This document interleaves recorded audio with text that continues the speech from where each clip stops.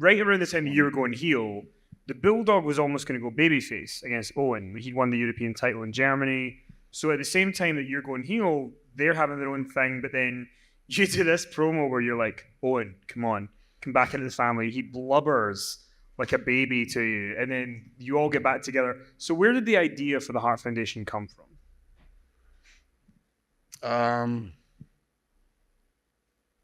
It was all very, they all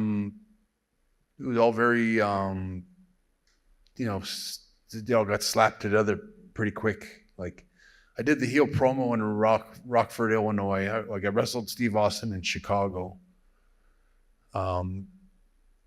And walked out to the ring as a babyface. If you watch that match, there's people cheering me all the way to the ring. And then when I come back, I'm flipping off kids and all I did was give Steve Austin everything that I'd said I was going to give to him when I finally caught up with him, kind of thing. And so when I remember walking back to the dressing room, it's like when I had to give kids the finger and stuff like that. It was like a full-blown turn.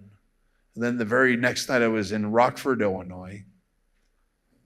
And I remember Triple H and Shawn were sort of working with Vince on the writing or the booking of the TV shows, which is how that ever happened, I'll never know. But they had me, Triple H had it in for Dwayne Johnson so bad. And they wanted me to beat Dwayne Johnson and win the Intercontinental title that night on Raw.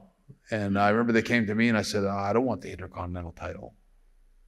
I want the world title. And they said, anyway, they wanted me to beat him for the title just to piss Dwayne off, or to ruin his, to rain on his parade.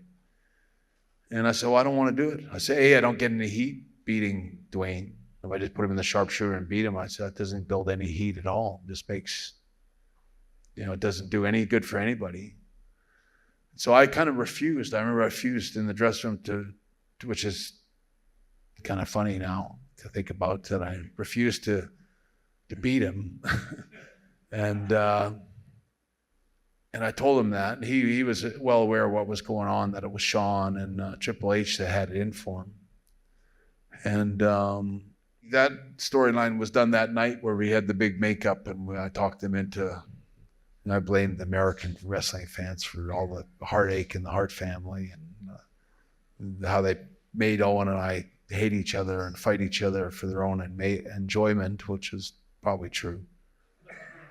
And it just worked really good. I always thought Owen should got an Academy Award for that, the crying that he did in the ring.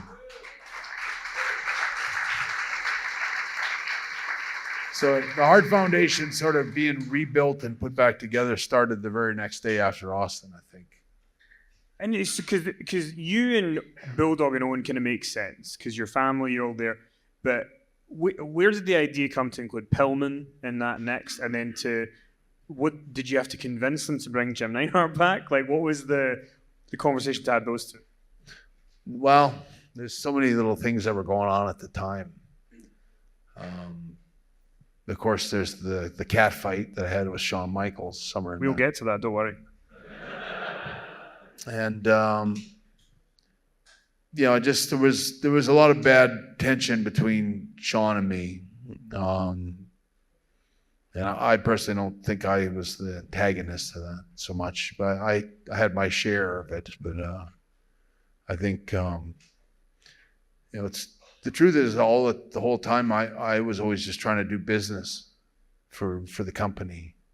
When I came back to WWE, I was the highest paid guy, and that bothered Shawn and Triple H. Why it bothered them, I'll never know. How, it doesn't. I wonder if it bothers them what Brock Lesnar makes. It's like so.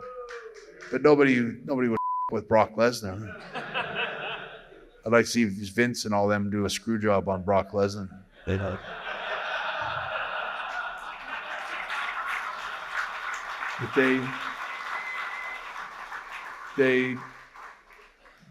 they just kept